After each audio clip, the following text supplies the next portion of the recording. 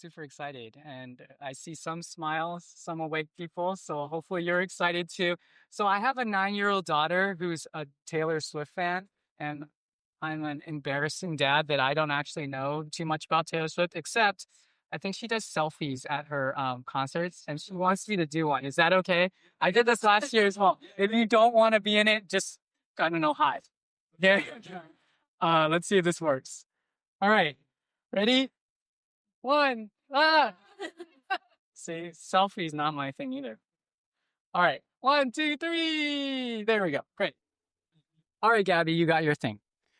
All right. So nearly 50% of American adults has prediabetes or diabetes. 1 in 2 adults, again, 50% have hypertension. CDC graphic, I really love this. It helps us kind of frame things. 6 in every 10 American adults has at least one chronic medical problem.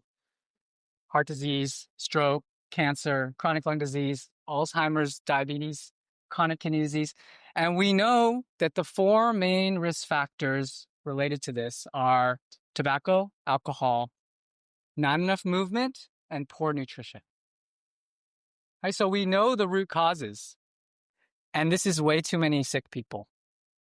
So that's what I'll start with. Anybody know who this is? It's on the screen. I tell this to my patients too. I say, what are the 5 categories of foods rich in fiber? You can read the screen if you want. So this is Dr. H. Jack Geiger. He's one of the founding fathers of CHCs back in the civil rights era. And he's quoted as saying this: the last time I looked in my medical textbooks, the specific therapy for malnutrition was in fact food. And he said this when he was being challenged about using pharmacy funds to provide food for his patients who didn't have. So this is a big part of what we do at Esperanza Health Center. We're an FQHC in North Philadelphia. We have some, it's not enough a crowd to cheer, right? Yeah, so, part of our mission is we're compelled by the love of God to do this work with our community to bring wholeness to our neighbors. That's not exactly our mission, but that's my summary of it. So here are our objectives today. I just put them up there. You don't have to read them. I want to keep moving. This is my nobody wants to make me cash rich. Nobody's paying me. I'm not making any money off of this. But this is my family who I'm very grateful for. And this is my evidence that you can raise plant-strong kids, fed kids, and still be active and have fun and do the things kids love to do. This is Micah, Gabby, my wife, Charlene. That's the most recent picture we have. It's Christmas. All right. So lifestyle medicine is a medical board specialty. It's about 20 years old now. And we focus on a framework of 6 areas to prevent, treat, and in sufficient doses reverse many of this excess chronic disease. Okay, so everything in lifestyle medicine is evidence-based. And that's the kind of the root and the position in which we come at our healthcare, right? So you can see some of this is addressing directly those key lifestyle factors causing excessive chronic disease, right? So those 6 areas are healthful eating. And by that, we have tons of evidence talking about the benefits of whole plants, right? Minimally processed whole plants. Increasing physical activity.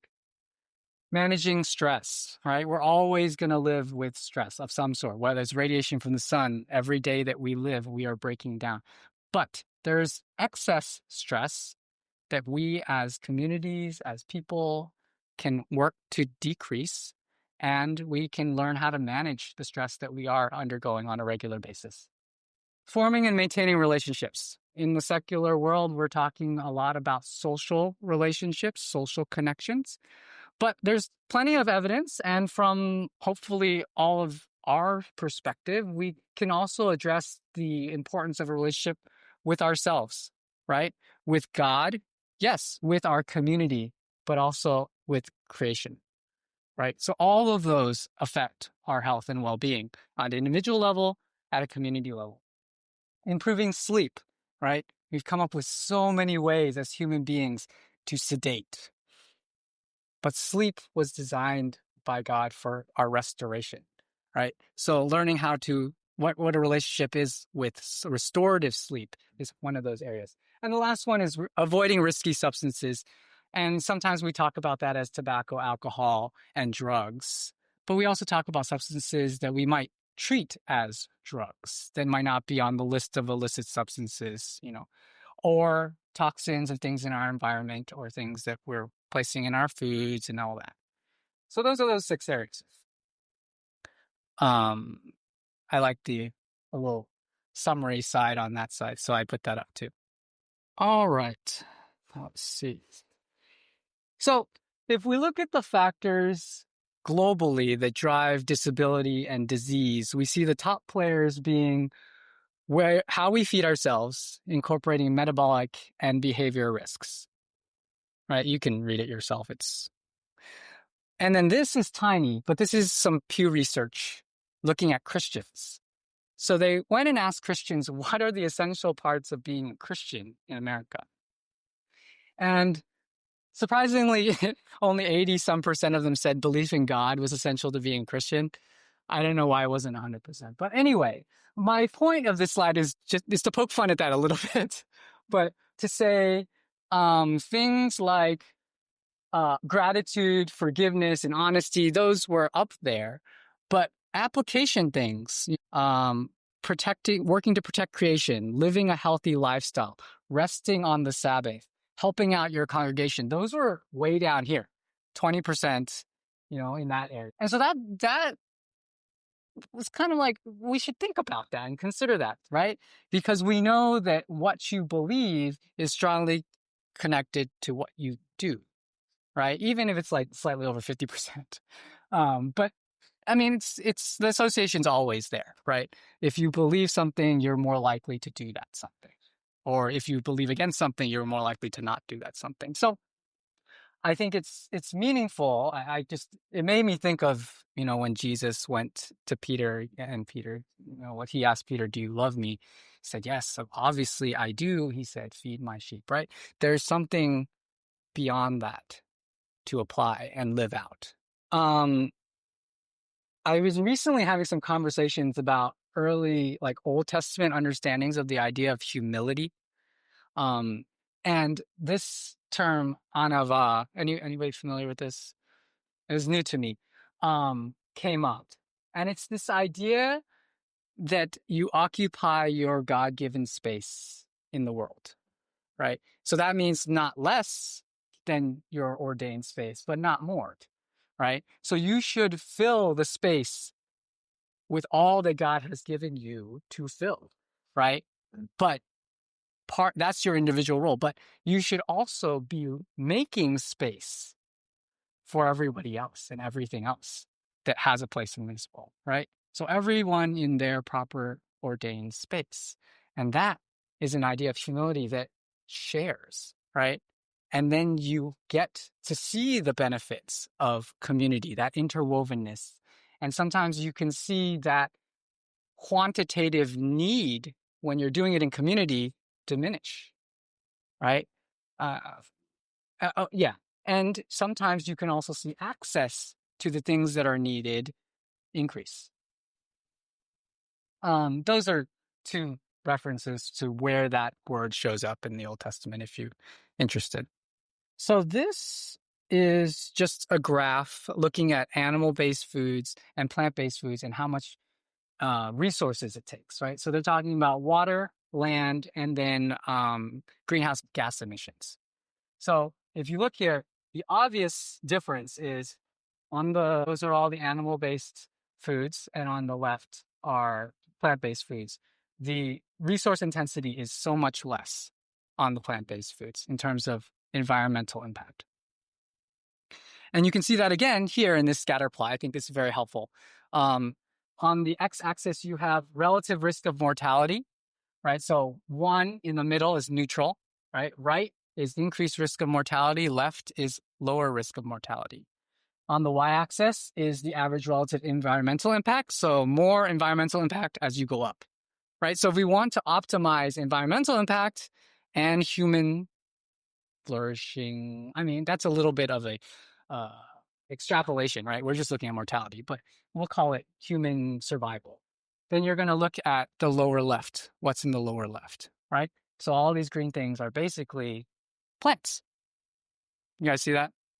And then I sometimes pay special attention to this right here, whole grains versus refined grains, right? In terms of growing and producing, they're about the same, but you can see there is a difference in mortality in terms of how refined that. So if you were at my workshop last year, we did a lot of studies, a lot of background on the evidence behind whole food plant-based diets and their health impacts. We're just going to breeze through this summary slide. It's a non-exhaustive list, but there is evidence for all of this in terms of the benefits of minimally processed whole plant foods. Okay. So increased longevity and quality of life. If you guys have heard of the blue zones, right? The 5 areas in the world, one of which is no longer, but where people in general in those communities live into their 100 years old with least amount of disability and dysfunction, right? And one of the hallmarks of their lifestyles, they are heavily plant-based. Again, whole food plant-based eating improves heart health for many reasons, decreased cancer risk. There's a guy in California named Dr. Dean Ornish, who one of his studies was really interesting. He studied all kinds of things, including, okay, and I'm going to jump a little all over the place. Focus. Okay. One of the things he studied was prostate cancer. So he found these people with early prostate cancer, and they opted not to get treatment for their cancer, and they were put on a whole food plant-based diet. And they were able to see that genes related to prostate cancer were changed, right? There were hundreds and hundreds of genes. The ones that promoted prostate cancer were turned off. The ones that promoted healing turned on, simply with nutrition, right? He also studied coronary disease. Actually, last year, there was a groundbreaking study that he published about cognitive impairment. So the people with early dementia, right? He saw reversal of their symptoms, right? We don't have drugs that do that, right? He put them on a whole food plant-based diet, exercise, social connection, and a few supplements. So improved mood and energy, improved gut health, reduced kidney disease, less excess weight-related disease, lower risk of osteoporosis, improved glucose metabolism, lower risk for cognitive impairment. That's some of Ornish's work. And then lower risk of contracting COVID-19 and lower risk of moderate to severe disease when it comes to COVID. The second one, there was a study in 2021 looking at 5 countries and looking at the severity of COVID-19. 73% lower risk of moderate to severe COVID when people who were plant-based. 59% lower risk of moderate to severe COVID if you added fish.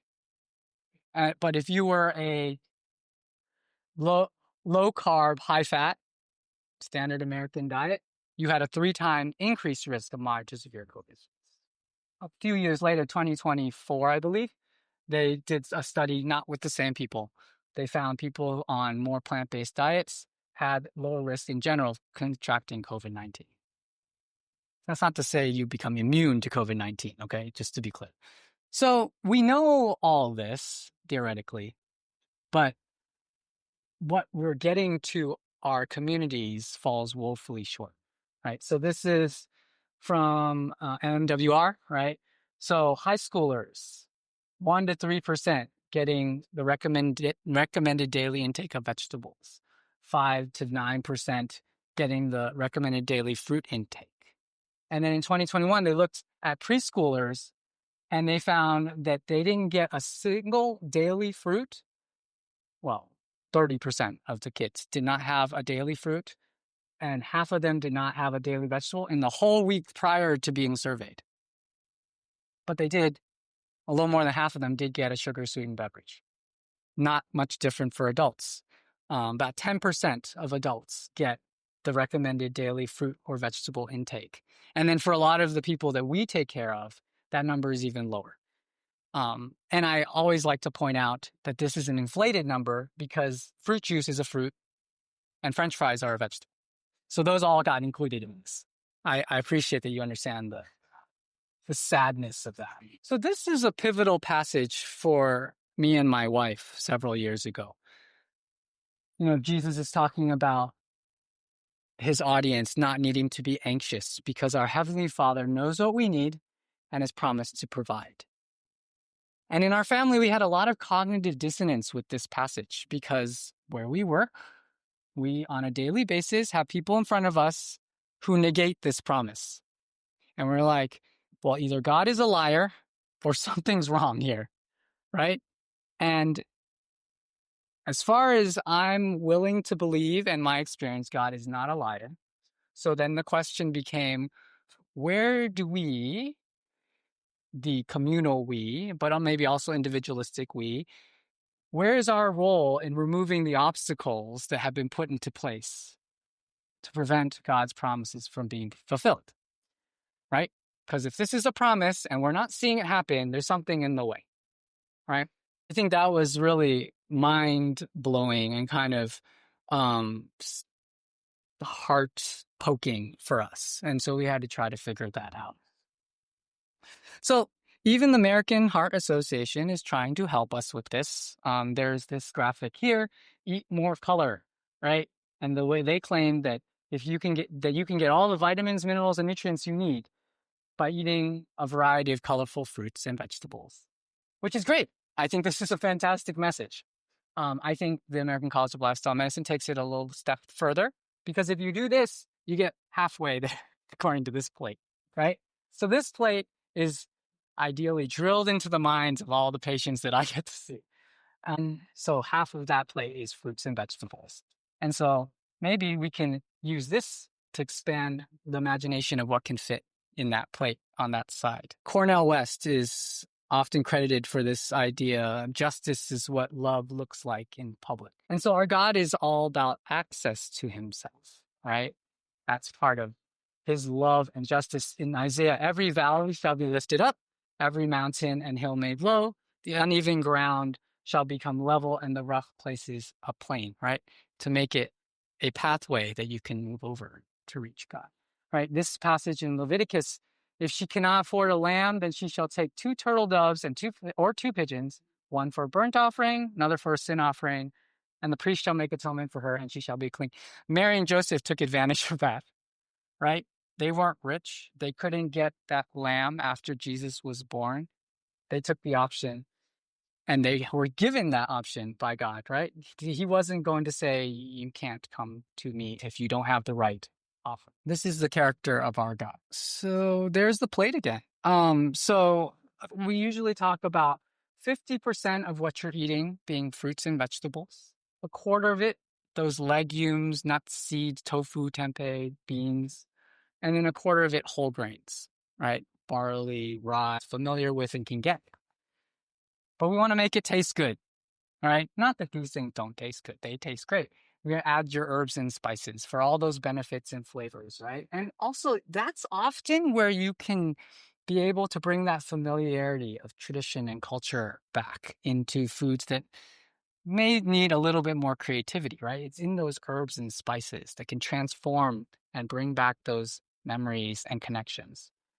Drinking mostly water. I think a lot of times there are places where maybe you need to get bottled water, but I often think that if you're drinking water, you save a lot of money too, other than calories. And then you can leave space for all the other nutrient-filled, nutrient-dense foods that are less calorie-dense. Oh, and then I also half-jokingly say, if you proportion like this, you also often get a really beautiful plate, a really beautiful dish. So you guys know the idea of physical therapy, right? You just have chronic back pain. Send them to physical therapy, and they get some exercises, some training, some teaching, some skills to start rehabbing those physical ailments. Well, we have the same concept with culinary therapy, right? What are the skills, knowledge, practice that you need to rehab the way many people may have been just assumed was the way to eat for decades and decades until their miraculous bodies can't manage it anymore, and then you start to break down. Right? So this study looked at community-based culinary medicine education and saw that improved adherence to a Mediterranean diet and also decreased food costs. So that's kind of what we're trying to do. So we do shared medical appointments with lifestyle medicine at Esperanza Health Center. And we try to do 4 main things at every visit. We do a didactic portion, so, a little bit of teaching and knowledge passing. And then we do food experience. So I write a whole food plant-based recipe every week. So often based on what people want to eat. People are like, oh, I want to make falafel. I want to make tacos. I want to make arepas, and then we adapt that. And then so people then get to watch and see something to be like, can I do that? And then they get to taste it and be like, oh, okay, that actually tastes pretty good. And then oftentimes they take it home. Some people, they take an extra portion to see if their kids will eat it. And then they come back and they're like, oh, my kids really liked it. And that's the win, right? You never want to be cooking one meal for one person and another meal for someone else. So if the kids like it, then everyone can eat. And then we have some behavioral health that goes on because change is not easy, right? You need that support. You have that group dynamic going on. And then we try to help people get an idea of what it looks like to start getting a habit of moving. All right, so we do some group movement. So again, we do the food stuff so that you get that experience, right? Oftentimes I say it's much less effective to hand someone a list of like, go eat this or go do this, right? Because as one patient told me, the risk is too high, right? You hand me this list, 90% of it I've never tried or I don't know how to cook. I go to the grocery store. I trust you, so I'm going to take my weekly food budget and go to the grocery store. I buy it, and it's a mess. So now what? My kids won't eat it. We have no food for the week. I can't risk that, right? But I've seen you do it. I think I can do that. I tasted it. It worked. Now I'm going to go try it. And so that helps so much build that confidence. And it's all about getting it into people's bodies, right? So some of the things we do, once in a while, we get people involved as well. Our next step, hopefully, is to do culinary medicine shared medical appointments. We need some more funds to bulk up our teaching kitchen stuff, but that's the goal. That's the dream. This is a poster from last year from UT Southwestern, and it just affirms what we have experienced, right? So live food demonstrations coupled with samples is going to increase people's intention of doing it at home, right? It's all about, can we get it into your home? Because what's in your home gets into your bodies. Tons and tons of studies exist about fruit and vegetable prescription programs. And more often than not, they show positive correlations with health markers and they address food insecurity. So great, right? Again, we want to take this one step further. The reason they work is they get food, nutrition-dense food into people's homes. And what's in people's homes gets what's into their bodies most of the time, right? So, and we want to deal with not just food insecurity, but nutrition insecurity. We're not just talking about calories here, right? We want to actually help people take care of themselves and heal and be able to for many people, get off medications and be able to live their lives, right? So we want to pay attention to what we're getting to them too. So we partnered with a nonprofit called Get Fresh Daily. They are a local Black woman-owned nonprofit about community wellness. So they helped us curate these CSA boxes, and every patient that came to our SMAs, our shared medical appointments, received a box for free. And it was kind of like a cheater version of Chopped, right? Because it's curate. So writing a recipe for things that naturally go together is not that hard. And then these foods came from local farms, right? Supporting the infrastructure and systems to continue to be bringing nutrient-dense foods to people, right? These are local farms, so everything came within 25 miles. Right? It's in season. So again, peak of nutritional content, right? Organic where we can. Local, seasonal. Yeah, those are the ideas. You get the idea. All right. And these are the things that we made, right? So we have a primarily Hispanic population, Latino population. So we make things that people ask me to make, right? So here we have some brown rice, some mango, which is kind of seasoned mashed root vegetables.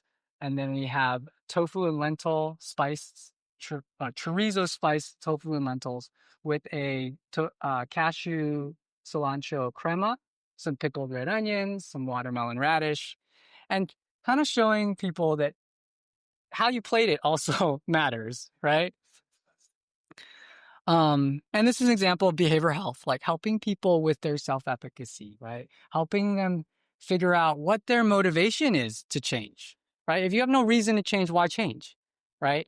And how to sustain those things, right? And it's not just, I mean, I'm showing kind of lecture-looking pictures, but this is all multi-directional learning, right? We are learning from our patients, and our patients are learning from us, and we are growing in our relationship with one another, such that like it really warms my heart how much our patients will tell me that they feel like I care about them. And that sounds weird because I actually do care about them. But for them to reflect that back is really meaningful because this is what we're trying to do together, right? Behavioral health, more of this kind of goal setting and trying to figure out where you are in your stages of change, right? So that the motivational interviewing part is important because your application has to match where you are in that. These are the photos of us trying to move together. And we've had different people lead these groups for movement. We have one of our community health and wellness staff was an exercise scientist. So she just loves doing that kind of thing. We've had dance instructors come. And then the really beautiful part is when there was nobody available, there are patients that volunteer to lead themselves. They're like, "Oh, I'll lead the group in doing this." And what helps build that confidence is we've been doing that routine every week, right? It's grabbing the mangoes, right? Moving the oats to the shelf. You know, I know cheesy, right? But we have a lot of fun together. Oh, what happened? Oh, there we go. Yeah, and sometimes it's just stretches and, no weights, body movements. And we always make sure, no anybody have shortness of breath or chest pain, please stop and let somebody know. We don't. So, we know that we are best as clinicians, as healthcare people, in teaching and talking about things that we do ourselves, right? Well, we have the experience, the lived experience. We've gone through kind of the troubleshooting and maybe are continuing to go through that struggle. And there's some integrity in there. There's honesty going on and there's relatability happening, right? So clinicians as role models are perceived as more credible and then they're more effective in motivating patients. And so these shared medical appointment models, I think, are a win-win for everybody, right? First of all, that's kind of how we were able to start this program at Esperanza because we could show that it was financially feasible, right? So the clinician can bill for an audit for, the group, and then behavioral health also can bill for the group, right? And then we can relax, right? Because we can increase our time efficiency and optimize productivity at the same time, right? This is in partnership with the traditional primary care model of 10, 15 minutes on a one-to-one basis where everyone's rushed and nobody has time, can't pray with them, can't talk with them, and yet here we have a whole group, we have 2, 3 different facilitators sometimes, and 2 hours together. I mean, you can make it however long you want. For us, we do 2 hours. And we still get that face-to-face educational content going. We have meaningful discussion and interaction happening. And we get, again, that multi-directional learning, right? So it's not just me telling you what to do, right? It's me and you doing this together. We're all learning. There was one time where we were making falafel. I'm sorry, I don't know why this is happening. Making falafel, and I had tossed the chickpeas in before the herbs, and it just didn't quite mix as well. And the guy was like, "You should toss in the herbs first." So the next round we did it, and it was fantastic. And so the next class, I looked like a genius because I did the herbs first. I gave the guy credit. Maybe it's this. All right. Well, this is a photo of black beans blended with dates and cocoa powder and apple slices. Anybody ever try that? I feel like somebody here might have tried that. Yeah? Did it go okay? Well, I made a chocolate cake. Frosting, thank you. Yeah, black bean frosting. Yeah, chocolate covers a lot. You get a lot more fiber that way, you know? I think somebody mentioned this verse earlier. Maybe Rick Donlin. The Amos passage that's often actually I feel like it possibly is more credited to MLK Jr. than anybody else, but he got it from Amos. But let justice roll on like a river and righteousness like an ever flowing stream. Thank you. Oh, well, thank you. Yeah, okay. Sorry. And the context of this, you all might already know this, but the context of this is God saying, your worship, your songs, not interested. Start here, right? Taking care of one another. You know, we've heard the passage, and I'm just gonna paraphrase this one at the moment. But like if you have something going on with, you know, your brother or sister in Christ, you leave your offering at the altar, go fix that, and then come back, right? God's not interested in just lip service or, you know, focusing on not his character, right? His character is access and love and justice to bring everyone to himself, right? So I think that is really meaningful in how we can think more broadly about what it means to love one another. This passage in John talking about Jesus. In him was life, and the life was the light of men. The light shines in the darkness, and the darkness has not overcome. Scripture talks about Jesus being the light of the world. Scripture also talks about us being the light of the world, right? Visibility that cannot be extinguished. And visibility matters, right? This is what leads me back to the black bean chocolate date dip and the apple slices. So one time I was prepping in the kitchen for our lifestyle medicine class, and these kids, they're 6th and 7th graders from a school next door that comes and uses our gym for their PE time. And he popped in and he goes, is there anything to eat? So I looked around and I was like, there's an apple. So I sliced up the apple. And, you know, most of us have probably heard, and myself included, that kids like fruit, right? Sweet fruit. But I was still surprised at how excited these kids are. This is not a posed picture.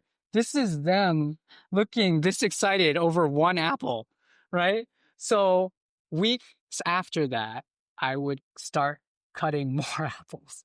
So I think we got to like 5 or 6 apples because they would just eat as many apples as I would cut them, basically. So you go to the store and just buy a whole bag. Turns out Red Delicious is not that delicious, but they would still eat it. Oh, I guess you guys all know that. I'm not an apple person. And I would usually pair it with like a date paste or a date nut. So if, for those of you who came in late, I had a snack here I'm willing to share. It's popcorn with some date paste and salt if you want some. So we'll blend up some nuts and dates, and they would just go to town. And so, but my point about this is like our dietary choices are informed by people around us and those social connections, and norms are set in communities and cultures, and you're more likely just follow a norm, right? But if we are able to understand the idea that we are designed for movement, right? I often tell my patients, we thrive off plants, but we are not plants, right? We move. We are structured completely different. We are designed to move. And to move, you need energy, right? And if we can imagine energy being those packages that God gave us, right? These fruits, these whole foods, right? Mix it in with those nuts, extra fiber, protein, healthy fats, right? The water content, the fiber content, the vitamin content, the micronutrients, all those things as the norm for children, right? If that's what they think of first, when they're like, I need some energy, they go to those things. That is how we change how people relate to food and how they take care of themselves, right? All that excess disease burden coming from poor nutrition, not enough physical activity, alcohol, tobacco, we start changing how people relate and see that, right? It feels so aligned. It just feels that that's the heart of God, right? To take care of them, to take care of these children in that way. And we know that a lot of these foods affect how people learn, how people grow and develop, right? There were studies with blueberries and concentration and learning, right? And then there were studies looking at blueberries when you blend them in with dairy and how those antioxidant concentrations drop. And then you see these are nerve signaling things, right? That your body can build out of these foods. Dopamine, serotonin, the things. This is partially why plant-based eating, whole food, plant-based, minimally processed eating affects mood, right? 80% of serotonin is made in your gut, right? So you got to feed your gut so that you can build that serotonin. And again, I'm not saying that you can cure trauma and depression with just nutrition, but you can build a substantial base for that healing with what you're feeding yourself. And then glutamate, histamine, some of these foods, especially during allergy season, right? What are the things that you should pay a little bit of attention to? All right, I just kind of disregarded my notes, haven't I? All right. The last few slides, am I still good on time? You haven't signaled me, so we're good. Okay. I wanted to show kind of the multidisciplinary teamwork that goes into how we do what we do.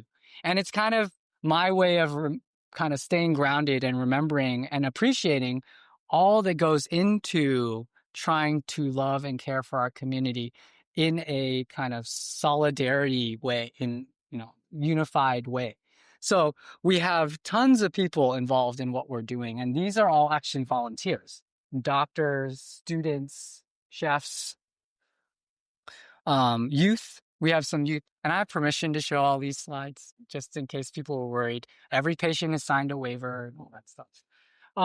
These are high school students who have come to learn and hang out. And my proudest moment was when these two, this Chris and Alex, they just raided the fridge and they made a really nice kind of fruit parfait type thing, just out of what was there. And they served it to the patients and everyone loved it. And I was like, that's the idea, right? Knowing how to use what you have to make something nutritious and delicious. Good kids. This is our community health and wellness team. They are wonderful support. Some of them are here at the conference. And so we make food and we try to encourage conversation, right? We can't be one person just trying to get the message out there and expect everyone just to listen or be convinced or any of that, right? Although I will say, two people who were in this workshop last year are now lifestyle medicine certified. So, hey, think about it. We did an 80 meal production, I guess, for our staff. Unfortunately, only for one site of our 3 sites. So the other people either don't know or they're a little, they feel unfavored. But to start conversation that this can be delicious, that this can be beautiful, that this can make you feel good. You eat food that's delicious, that feels like home and doesn't give you the afternoon like brain fog, right? And then you have the energy to be productive and connect with people and have conversations about maybe doing this at home. But it took 7 people to make all this food because I was teaching the class at the exact same time. But it's doable. We do things like whole wheat flour baguettes because I can't find this anywhere. Soups. We made plant balls. I need help with names, guys, if you have names for breakfast, lunch, dinner, ideas. Like, we're not feeding our patients meals, right? We're giving them ideas. So we have like a tofu scramble. This is an oat, whole wheat, and almond flour waffle with a date cream and whatever fruit we had. Watermelon that's just shaved watermelon with some lime. This was a chilled pea and cucumber soup with a green onion, well, the whites of the green onion, cream, and then our whole wheat baguette. We have falafel over a baba ganoush and a carrot puree. Carrot puree was also done by Alex. I was very impressed by this diet. You just boiled carrots until they fell apart, blended it with a little bit of salt and some acid. And then we had a date and oat little tart cup, filled it with whatever fruit we had in the fridge. People have fun. Yeah, more examples, tacos. We didn't, these are the delicata squash because that was what was in season. We basically talking about you can make a taco out of anything. So this is Sharing Access. Sharing Access is also nonprofit. I think it's nationwide. I'm not Sharing Access.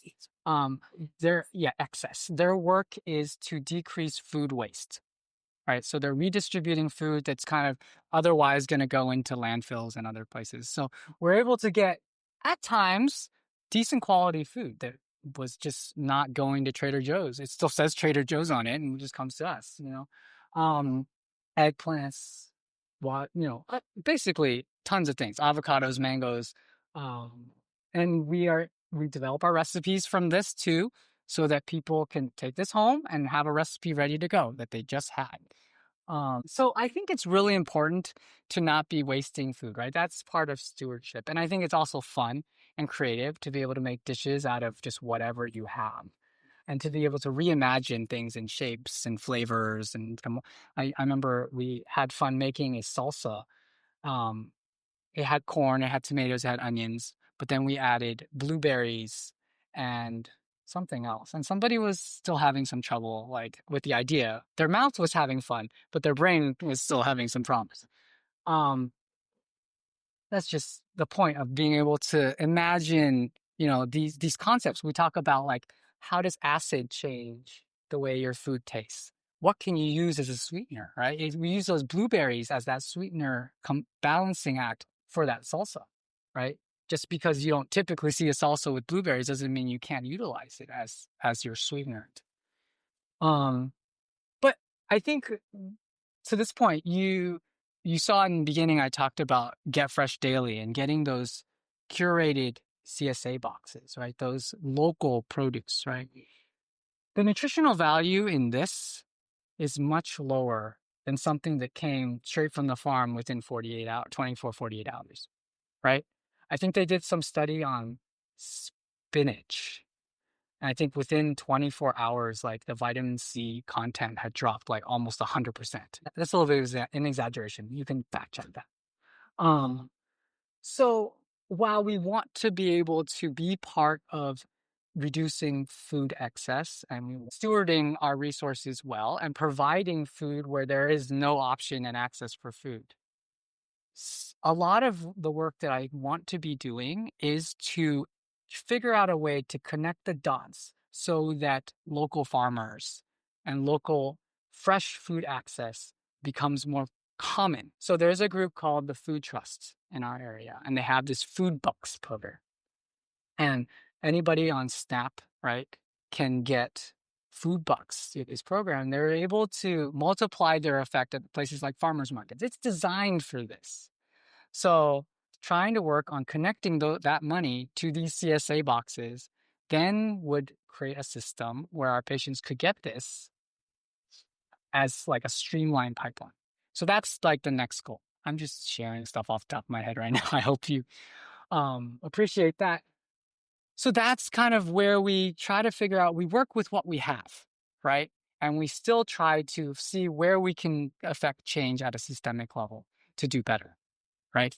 I forgot who said this. You can look this one up too, but it's kind of like when you know something, you do it, right? And when you learn more, you do more, right? So we're always trying to adapt and grow. So as we talk about our current program, we are going to continue to do our Thursday weekly shared medical appointment the way we are. But some of our patients have asked, can we focus more on stress, right? And so we're going to start a group in May on sleep, stress, and spirituality. So still having the food experience, and still having movement, but focusing on that topic because that's what our patients are asking for, right? And we want to be able to address that in a way that's meaningful and tie it all together. Because I wish all those pillars, those areas, those 6 areas in that circle, all interrelate, right? People who sleep 5 to 6 hours a night somehow magically and automatically consume 300 more calories a day. This is seen in studies, and usually they're higher fat calories. How we sleep affects our mood and our stress levels. Our stress levels affect how we relate to each other, right? How we relate to each other affects how we eat, and how we cope with things. All of this, all interrelated as one. I'm gonna skip ahead here. So our didactic portion, I kind of probably briefly talked about, is a program called Full Plate Living. All right. It's a free resource. I think there's a 2-session, a 4-session, and an 8-session option, and you can use them as shared medical appointments. There's a facilitator guide and a slide deck for all of it. So you just have to be able to read. I don't mean to make that sound demeaning or anything, but it's all written out. The script is written out, and the focus is on increasing fiber-rich foods, right? It's not a completely whole food, plant-based curriculum, which I lament a little bit, but it is a fantastic resource, and it's free. So if you're interested in scanning that QR code, you can grab that, and I'm sure they'll be happy also to support you in that. If you are interested in food as medicine from the American College of Lifestyle Medicine, you guys good with this?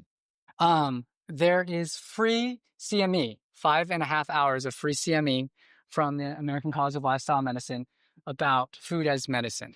And so you can hear this in a little bit more depth with fantastic experts in this field. So that's the QR code. It will take you to this, so you don't have to memorize this checkout. No, the American College of Lifestyle Medicine also has this national training initiative, which unfortunately is no longer 100% ride, but it's 50% scholarship. So if you're interested in becoming lifestyle medicine certified, you can scan that. It's, I think, like $1,600 on your way to getting certified in lifestyle medicine. And this is in particular for communities like FQHCs, CHCs, underserved community. I want to pitch Esperanza's nurse practitioner residency program. Our first class will be starting, but it's a 15-month curriculum. We do full spectrum primary care, and it's really to meet the need to support new grads who are coming out of nurse practitioner training. Us who are clinicians that are trained in the physician world, we have residency programs, right, that help us gain real world experience. Nurse practitioners don't often get that, and it can sometimes be a little bit of a shock to go into practice right from training. So that's what this is kind of designed for. It's a salaried program, and there's didactics, and then you basically get shepherded and mentored for your first 15 months. And so if you're interested in that, or someone who's interested in that, you can scan there. The next set of applications is from December to February. And this is our cohort that we wrapped last week. So that's my email if anybody has further questions. If you want to see any of this somewhat documented, you can check out the Instagram. There's some reels, some pictures, and things like that. It's not just my class, it's my life, but you're welcome. Yeah. I appreciate that question. So the question was, how did we get buy-in? Mainly from participants you're talking about. Although the question could also be buy-in from people who let us do stuff. Buy-in. So our current program is Thursday mornings from 10 to 12. So it is the demographic that is available from 10 to 12 in the morning on Thursdays. It's skewed to the older side, but we have had people as young as in their 20s and 30s, but mostly we're talking about people in their 50s, 60s, 70s. We also had originally skewed a lot more to Spanish-speaking patients. I don't really know why that is, but I can think of a number of factors for that. But in order to kind of encourage as much access as possible, we were like, you can come in at any time. You can be any language. Well, usually it's English and Spanish. You have to have a particular medical diagnosis to come. Because inevitably, as I do my notes, most people had some kind of weight-related diagnosis hypercholesterolemia, hyperlipidemia. So it's 10 weeks. Each cycle is 10 weeks, once a week. Oh, and we usually get right now somewhere in the ballpark of 14 patients each time. So we have three sites, and they're pretty clustered together. One of the kitchens is commercial grade or commercial. They are all Serve Safe covered by one person in our organization has Serve Safe certification. They've all been like, what do you call it? Like inspected and all of that. So we have all the certificates, but the ones that we use are not commercial kitchens. And that's not necessarily a problem because we don't sell any of our food. Thank you for that question. Oh, well, I think the answer made the question. So the question is about billing and whether it's legitimate. She didn't ask that part. It is legitimate. So billing is the individual code. Okay. I currently bill a 99213, although can very easily do a 99214. All of our patients do get vitals, so they get their blood pressure, heart rate, and their weight done. Conflicted about that. I really don't like the message that we are having to monitor your weight, your BMI. I think a single time blood pressure is very non-informative, especially if they're rushing in and you're like pulling them over. Here, you can get your blood pressure, and then you go. But we live in a world that we want data. And so we will collect what we need to, and we will also continue to speak in the same breath the message that we want you to live your life. You know, we want to restore you to life. We're not trying to keep you as a data point. So yes. And our BHCs, they bill under an F code. That's relevant. Probably you know what an F code is. It's a diagnosis code that's mental health. And the question about, so we used to do group visits years ago before we did lifestyle medicine group visits, where we would have a dietitian lead a group and the clinician would just kind of pop in and grab someone and take them out for a minute or two to write their individual time, right? Because again, we're billing for an individual visit. I really disliked that. I felt like it was very disruptive. I felt like I couldn't participate. Patient felt like they're missing out on stuff. So the way I've been doing it is we try to keep the groups small, okay? And in fact, the goal is 8 to 10, not 8 to 12 maybe, not to get to more. So we're starting new groups to bring down the numbers. And to be able to have engagement with everybody in these discussions so that we actually get an individual picture and participation. And that's what I take into my note. So I do create a template for that day. I should probably make a dot phrase, but I type it out every time. And then I put in the diagnosis codes for that patient. And then we talk about a little bit of what that patient individually was interested in. I try to do that is I ask my medical assistant, if there is a medical assistant there, or a volunteer to keep track of what people are saying throughout the time, because I just can't. And so that's how I make sure that it's an individual visit. I make sure that everyone participates, and they can choose not to participate. That's fine. And then I also collaborate a little bit with our behavioral health when we kind of powwow, like, oh, you know, we've noticed this person is growing in this area and talking about this a lot more. We'll do that. Great. That helpful? Yeah. Yeah. I guess we're in question and response time. Yeah. I was wondering how long did it take you to feel comfortable with like certain recipes and sharing them with people so they actually tasted good? I usually use my family as the experiment, but So, so she asked, how long did it take me to feel comfortable with my recipes to make sure that they aren't an utter flop when I half joke that many times when we make a recipe in the classroom or with our patients, it is the very first time I've made it. A lot of mine are theoretical. I've had flops with my family, but with no judgment on anybody.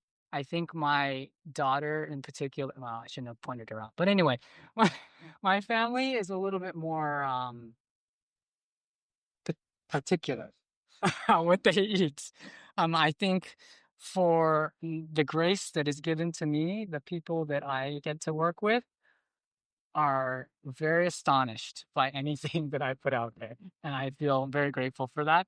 I will say I have a particular penchant for food and cooking and flavor and like that. So I might, without, prop pumping myself up too much, I might have a little bit of an edge on the average person. But I am thinking about things like balance, right? Where am I getting my savoriness? Is it from a fermented soy product like miso, or is it from soy sauce? Am I using salt? So like how much salt? We talk about the natural sodium content in, say, chicken breast versus beans, right? Night and day how much sodium is in there. So if I add a little bit of salt to the beans, you might never have caught up to where you were if you were eating chicken breast. Where am I adding some acid here or a little bit of sourness here? Like how, so I'm thinking about these things a lot as I'm building these recipes, right? Is this, how do I smooth out this flavor here? And I teach that, ideally, I pass it on to the way my patients and our students and our volunteers think about food. So, and when we do them in person, we're tasting, right? We're learning, you have to adjust, right, as you go. And when we adjust, I tell everyone, get your pen out, you got to adjust the recipe because we didn't follow what we said. So, lots of room for informality. Right? And that's the beauty of it, right? To have informalness in this relationship because it's a relationship and not like some kind of show. No pun intended. Oh yeah. Have a recipe book. So years ago, we had some, I think 6 recipes that we had used that they wanted to try out. I asked them to try them, to time themselves, to price it, and to give me their opinion. And they picked out 6 and they put it together in a little book as their project. And I asked them to put in nutritional profiles and everything. And we had them out for patients to take pictures of. I think there were only like 8 hard copies or something like that. So There, I don't have it posted on a website or anything. The other thing with our organization is we use Google Drive, but it's like a organizational Google Drive and it won't let me share outside of our organization. So I can move them around. If you are interested, email me. I will try to move them around. Thank you guys for your attention.